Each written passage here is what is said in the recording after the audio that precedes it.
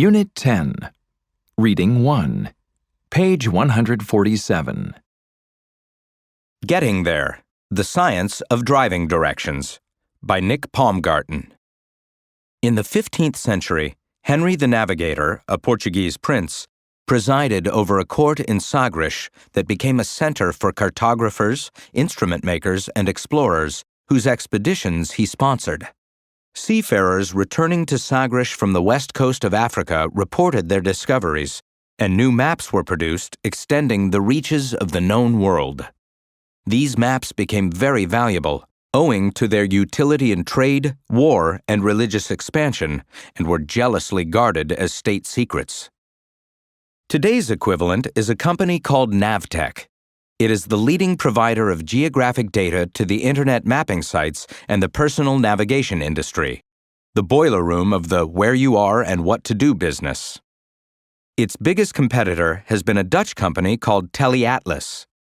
Most of the websites, car manufacturers, and gadget makers get the bulk of their raw material from these two companies. The clients differ mainly in how they choose to present the data. This allows civilians to have preferences. Despite the digitization of maps and the satellites circling the Earth, the cartographic revolution still relies heavily on fresh observations made by people.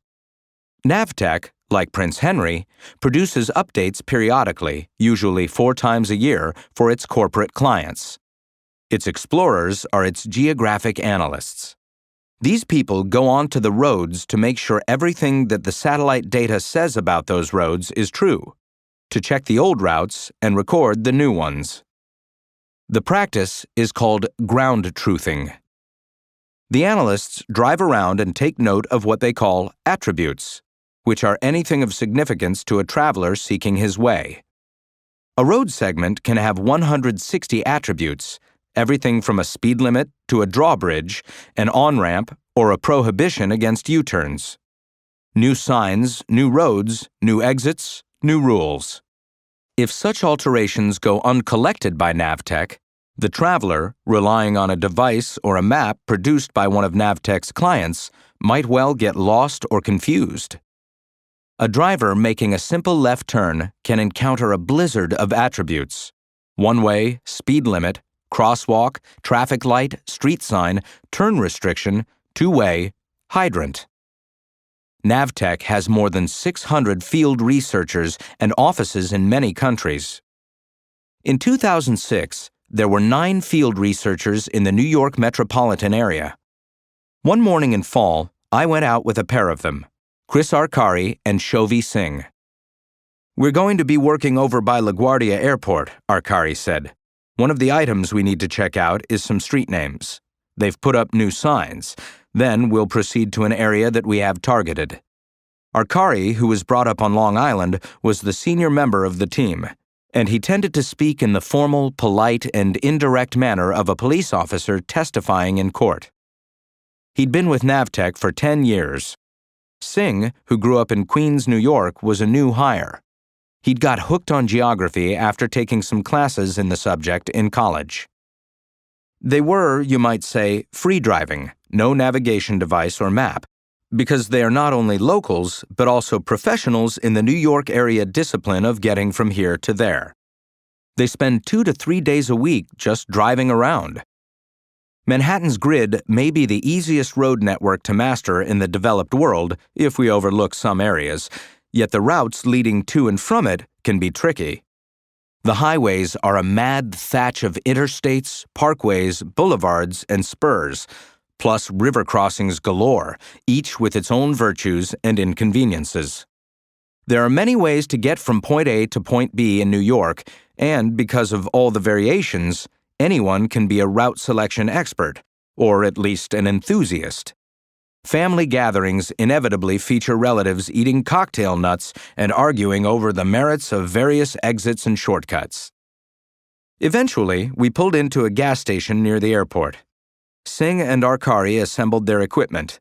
They mounted a GPS antenna shaped like a giant mushroom on the roof of the car. The antenna was connected to a laptop upon which a map would show our progress, a GPS track. Singh took the wheel. Arkari sat in back with the laptop, ready to note any changes. The first thing the men noticed was a no left turn sign out of the gas station. "That doesn't go in the database," Arkari said. "That's unofficial since it pertains to a private enterprise."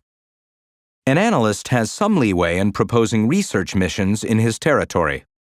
The situation at LaGuardia was something I had noticed myself and thought should be revisited, Arkari explained. In his free time, he'd been driving past the airport and, nudged by curiosity, if not conscience, had made a little detour. He discovered that the Port Authority of New York and New Jersey, which runs the airport, had put up a few new road signs. "We'll circle around the perimeter and then check the terminals," Arkari said. "As we're driving, I'm checking our information against what exists in reality." Left on Runway Drive, drop a name check. Merge onto LaGuardia Road, another name check. Left onto Delta Arrivals Road. The sign for it was new. "A valid unnamed feature," Arkari said, turning the laptop so that I could follow along as he recorded it on screen. I point an arrow to where the feature occurred. Seeing the road through the eyes of a ground truther made it seem a thicket of signage, commands and designations vying for attention, like a nightmare you might have after a day of studying for a driving exam. Once you start looking for attributes, you spot them everywhere. "Why don't we loop around again?" Arkari said. "I want to be sure we collected everything correctly." The familiar frustration of going around and around on an airport road was compensated for by the fact that no one was lost or late. After the extra orbit, we drove into a neighborhood next to the airport. Arkari approached the neighborhood by driving around the outside of the project area and then going up and down the streets within it. He observed that, driving around like this, you become acutely aware of how many people are not at work.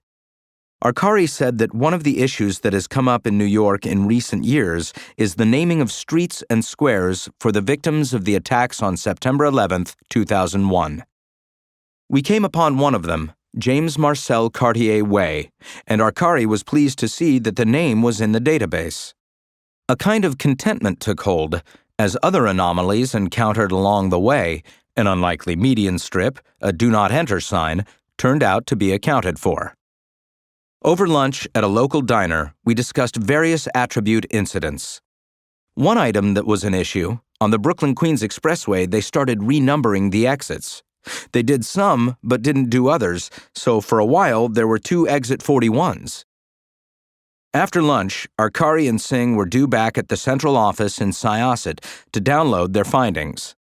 They offered to drive me back into Manhattan, but we agreed that it would make more sense for me to take the subway. None of us knew where to find it, though. Subway stations are not attributes.